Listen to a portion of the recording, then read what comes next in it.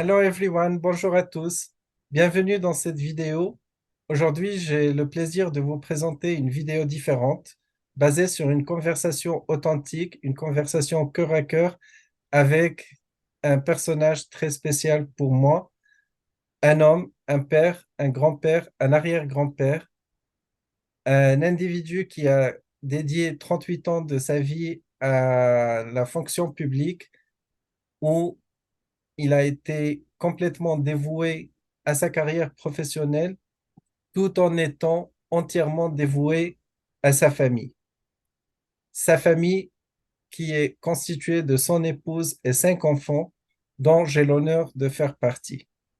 Je vous présente avec toute fierté aujourd'hui Monsieur Mehdi Scali qui est mon père.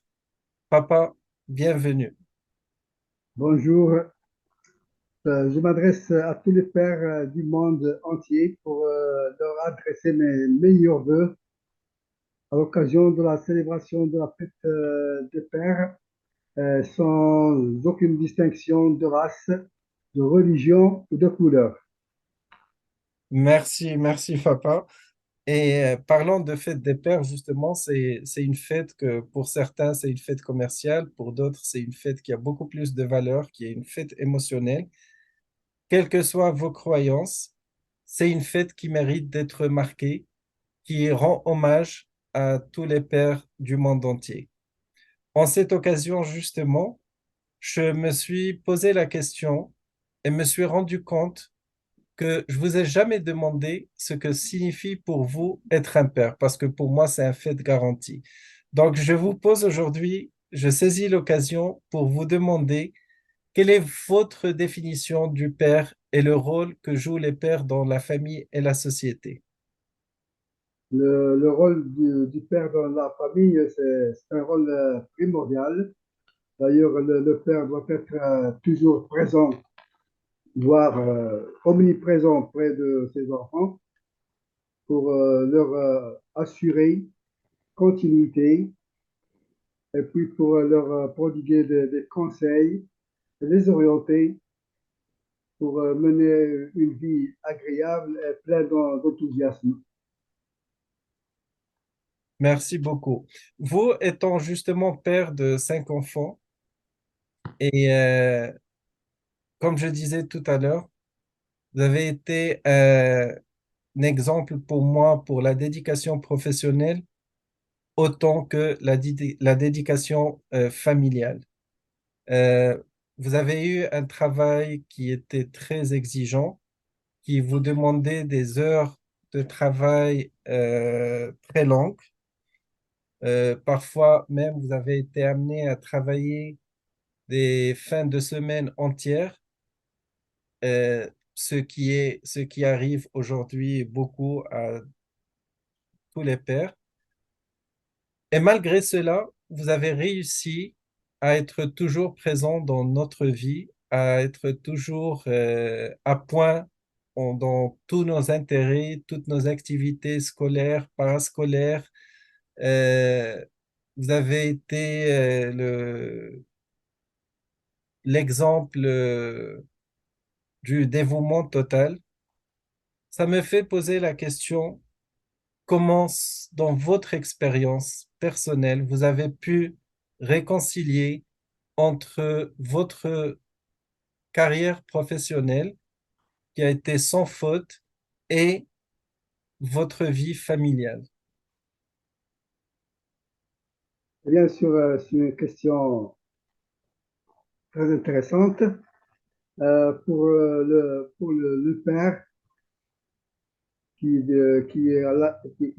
assume une responsabilité familiale, doit organiser, ou bien avoir s'organiser pour bien concilier entre le travail et la vie familiale et conjugale et pour être présent d'une façon permanente auprès de ses enfants pour qu'ils se sentent eux-mêmes qu'ils sont bien épaulés par la présence de leur père, bien protégés et qu'il assure sa responsabilité convenablement envers la famille.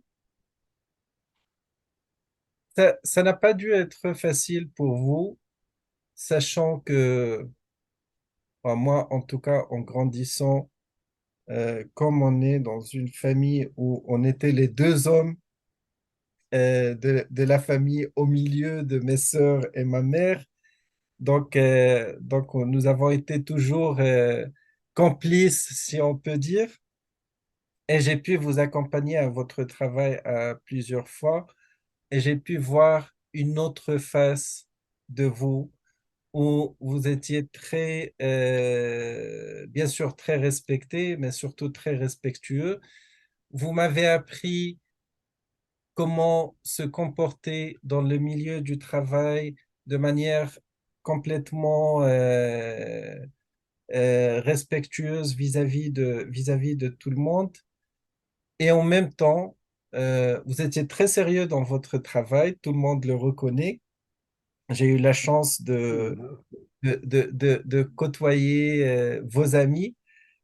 Et en même temps, quand vous étiez à la maison, vous avez toujours essayé non seulement d'inculquer les valeurs et de poser des limites parfois sur lesquelles on n'était pas toujours d'accord, surtout pendant mon adolescence, mais nous avons toujours, vous m'avez appris à parler de tout, à exprimer, et surtout, vous preniez toujours le temps de nous expliquer la raison et le raisonnement derrière les limites posées. Mais surtout, ce que je retiens, c'est votre esprit joyeux qui continue jusqu'aujourd'hui, où vous déchargez le, le stress et la demande, les exigences de votre profession, vous les laissiez de côté et quand vous étiez à la maison, vous arriviez toujours avec ma mère de créer justement ce schéma et cette ambiance joyeuse. Comment vous arriviez quand même à assumer ces deux rôles qui étaient complètement différents, si on peut dire, mais vous arriviez toujours à assumer les deux rôles. Je dirais, bien que je suis biaisé, mais je dirais que à la perfection. Oui, c'est pour le travail, pour concilier entre le travail et la vie familiale, c'est très différent. Quand on est au travail, on s'occupe uniquement de ce qui est travail, c'est une responsabilité. On travaillait honnêtement et puis on avait un travail, moi personnellement j'avais un travail très exigeant.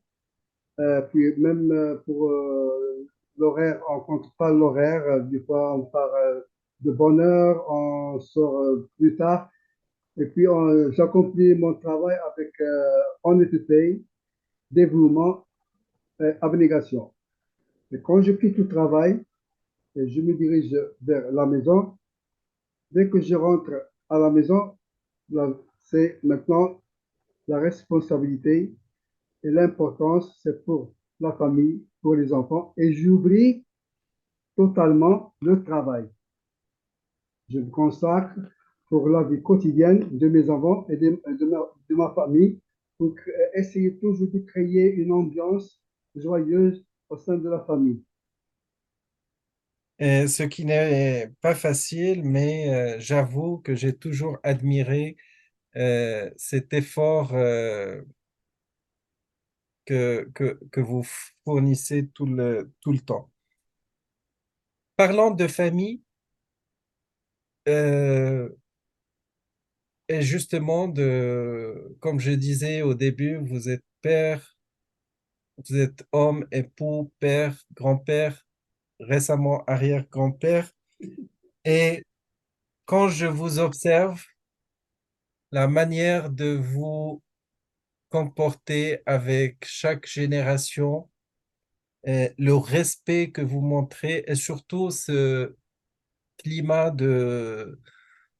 je dirais, de confiance, de sécurité, que cette aura qui vous entoure, ça m'a toujours impressionné. Et aussi, vu l'évolution pendant tout ce temps, que ce soit l'évolution technologique, sociale, culturelle, vous avez toujours été à jour avec toutes les évolutions. Je me rappelle la première fois que j'ai quitté le pays pour aller m'installer à l'étranger. Vous avez tout fait pour être présent dans ma vie. À l'époque, on n'avait que les emails. Donc, on échangeait que par courrier électronique et on s'écrivait une fois par semaine. Je me rappelle très bien, c'était les mercredis soirs où pour moi, j'attendais votre courrier avec impatience. Après, avec vos grands enfants, vous avez suivi l'évolution des plateformes sociales où vous êtes sur Facebook, vous êtes sur Instagram, vous êtes sur toutes les plateformes. Vous avez toujours trouvé le moyen de vous adapter aux évolutions technologiques, bien que je sais que le but derrière, c'était aussi vous adapter aux différents outils de communication au sein des différents membres et différentes générations. Et avec ça, vous n'avez jamais euh, tourné le dos aux traditions familiales, aux valeurs familiales et vous avez réussi à aussi nous faire apprécier les traditions de notre culture, de notre famille, tout en faisant tout pour qu'on soit nous aussi à jour avec les évolutions sociales, culturelles et technologiques. Pourquoi pour vous c'était aussi important de suivre la modernité à nous et nous inciter, nous ouvrir la porte et nous montrer le chemin pour faire de même, tout en gardant la porte et nous incitant à être bien avisés sur nos traditions et les suivre et les respecter. Bien sûr, quand le monde a beaucoup changé, il change tout le temps. Il faut évoluer avec les générations. Il faut pour bien s'ouvrir sur le monde, apprendre et voir ce qui se passe ailleurs. Il ne faut pas rester euh, stationnaire dans ses esprits, ses opinions. Il faut quand même évoluer chaque fois qu'il y a un changement, chaque fois qu'il y a quelque chose de nouveau. Par exemple, pour ces dernières années, la technologie nouvelle qui nous a envahi d'ailleurs à tous les niveaux, c'est très important. Et bien sûr, il faut quand même s'en adapter, pas rester très rigide pour une seule opinion, pour des idées anciennes. Non, il faut évoluer avec les générations. Et puis, quand même, il faut euh, donner les mêmes conseils aux enfants pour qu'ils eux-mêmes s'adaptent à la nouvelle technologie, aux nouvelles évolutions, pour aussi ils s'ouvrent sur le monde nouveau. Parce qu'on constate maintenant qu'il y a un changement radical dans le monde. Et puis, le monde change très rapidement. Il y a un changement qu'on doit quand même respecter et et on peut bien s'en adapter. Oui, et le côté traditionnel dans tout cela, comment et pourquoi pour vous c'était important justement de suivre cette évolution comme vous avez bien dit et en même temps l'intégrer dans nos traditions et le respect de continu des traditions familiales. Comme vous me dites toujours, c'est vraiment d'essayer de prendre le bon des deux côtés. Voilà, il faut bien conserver la tradition ancienne, c'est normal. On ne faut pas quand même l'oublier ou la négliger, tout en évoluant, c'est normal. Mais la tradition ancienne, la tradition que l'on vivait auparavant, il faut qu'on la conserve et puis la suivre de temps en temps, et puis la concilier avec ce qui est maintenant nouveau, ce qui est la modernité nouvelle, la technologie nouvelle, tout ce qui nous entoure de nouveau, mais sans négliger les traditions anciennes, bien sûr, il faut qu'on les conserve. C'est notre culture ancienne dans laquelle on était élevé, et puis ça nous a donné beaucoup de fruits, fruits d'éducation, de dévouement, tout ce qui est bon, tout ce qui est positif. Oui, tout à fait. Et je m'en rends compte maintenant plus avec les années qui passent, l'importance de tout cela. Comme, comme je disais, parfois, justement, dans ma révolte d'adolescence, j'essayais de m'éloigner ou de rejeter, je dirais, certaines traditions, mais j'avais toujours réussi avec maman de me montrer que être moderne, ça veut pas dire justement nier ses traditions ou ses origines. Et je vous suis très reconnaissant pour cela. Une question maintenant que justement on parlait de modernité, de tradition et d'un monde qui est en changement continu. Euh, Dans mon environnement, et justement, j'ai vécu dans différents pays, j'ai pu côtoyer des gens de différentes cultures. Vous aussi, vous avez voyagé, vous avez connu différents pays. Et à chaque fois que je parle avec des jeunes pères surtout, il y a toujours cette conversation de la carrière versus le- la famille. Et on voit beaucoup d'enfants beaucoup de jeunes pères qui, justement, rencontrent ce défi et on leur reproche d'être très concentrés sur leur carrière au détriment de leur famille ou négliger sa carrière pour justement dédier plus de temps de la famille. Et comme je disais, vous m'avez montré qu'on peut justement réconcilier entre les deux. Dans ce contexte-là, et avec votre expérience honorable, quel conseil donneriez-vous aux jeunes pères d'aujourd'hui? Dans ce contexte, je conseille aux pères et puis aux futurs pères qu'ils essaient de s'en adapter avec la fonction qu'ils occupent et puis la vie familiale. Il faut négliger ni l'un ni l'autre. Il faut bien s'organiser pour bien mener une vie très paisible, pleine de quiétude. Il faut c'est l'organisation.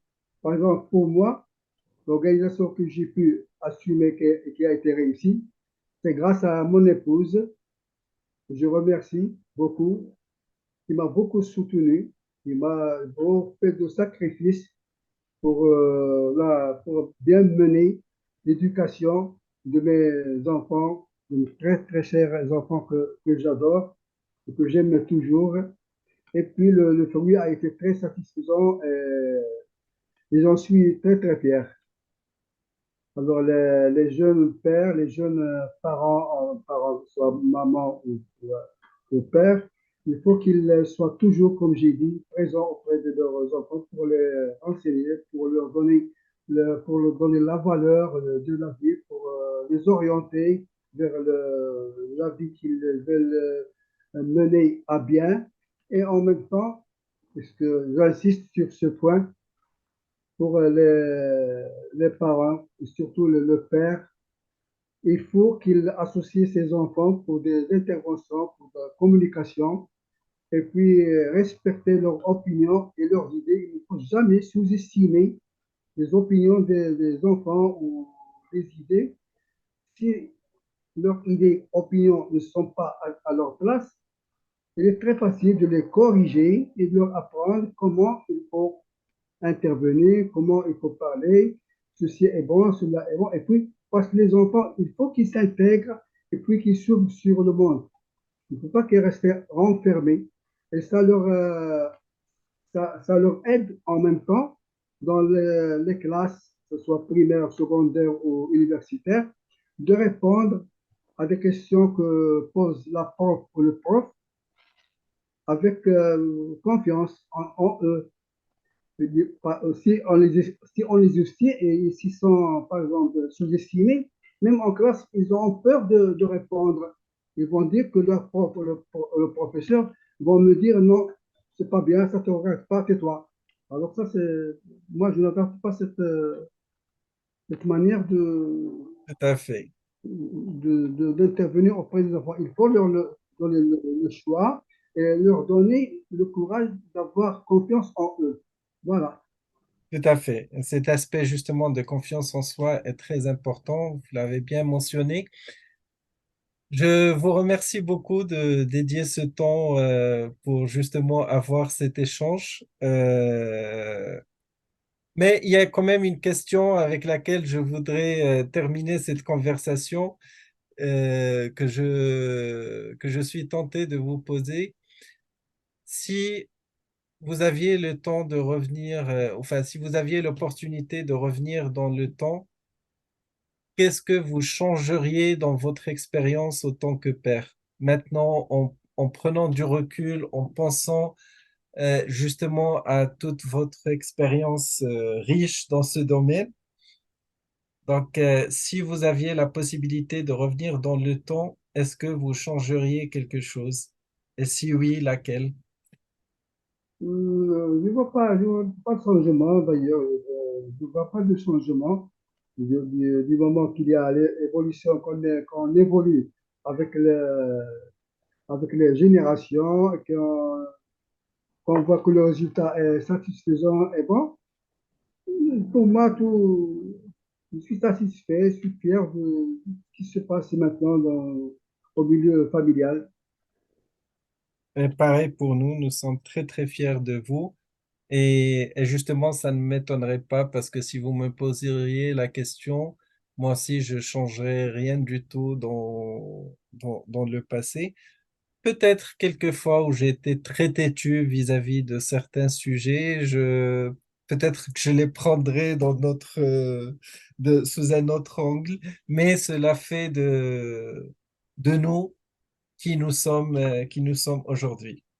Papa, je vous remercie beaucoup et je saisis l'occasion de vous souhaiter une très bonne fête des pères.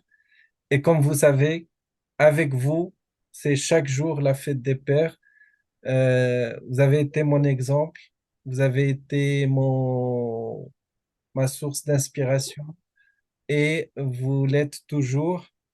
Et c'est pour cela d'ailleurs que dans ma pratique de coaching, quand je pensais justement à l'approche que je voulais suivre, la première chose qui est venue à mon esprit, c'est justement d'utiliser votre nom de famille, mon nom de famille, un nom que je porte avec toute fierté.